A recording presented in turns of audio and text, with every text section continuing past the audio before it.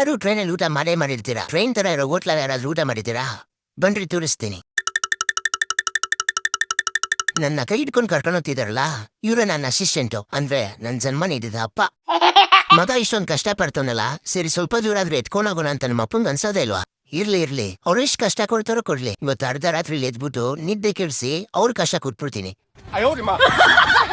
ನಮ್ಮ ಅಪ್ಪಂದ್ರೂ ಪರವಾಗಿಲ್ಲ, ನಮ್ಮಮ್ಮ ನೋಡ್ರಿ ನನ್ ಬಿಟ್ಟು ಊರು ಮುಂಚೆ ತಿನ್ನೋಗ್ಬಿಟ್ಟವ್ರೆ.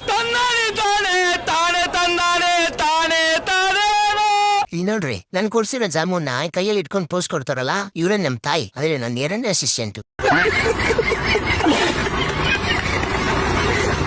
ಅವ್ರ ಬಗ್ಗೆ ಆಮೇಲೆ ಹೇಳ್ತೀನಿ, ಬಂದಿರೋ ಜಾಗ ನೋಡ್ಕೊಂಬನ್ನಿ.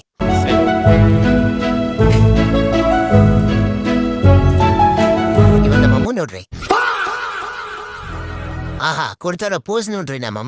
ನಮ್ಮಮ್ಮ ಹಿಂಗೇನ್ರೆ, ರೀ ಮಗುನೆಲ್ಲಾದ್ರೂ ಕರ್ಕೊಂಡು ಹೋಗ್ಬೇಕು ಅಂತ ನನ್ನ ಹೆಸರು ಹೇಳ್ಕೊಂಡು ಹೊರಗಡೆ ಕರ್ಕೊಂಡ್ ಬಂದ್ಬಿಡ್ತಾರೆ. ನಮ್ಮಪ್ಪ ನಾನ್ ತಿನ್ಲಿ ಅಂತ ಎಲ್ಲ ಕೊಡ್ಸಿದ್ರೆ ನಮ್ಮಮ್ಮ ಮುಕ್ಕಾಲ್ ಭಾಗ ತಿನ್ಬಿಡ್ತಾರೆ, ಇಷ್ಟೇ ತಿನ್ಸ್ತಾರೆ. ಅದೇ ನಾನ್ ಮನೇಲಿ ತಿನ್ನಲ್ಲ ಅಂದ್ರೆ ತಿನ್ನು ಅಂತ ಉಡಿತಾರೆ. ಏನಪ್ಪಾ ಇದ್ ನ್ಯಾಯ?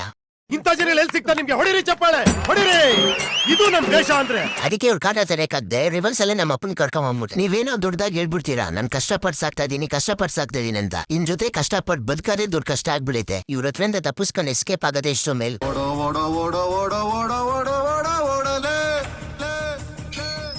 ಎಲ್ಲರೂ ಫಾಲೋ ಮಾಡ್ರಪ್ಪ.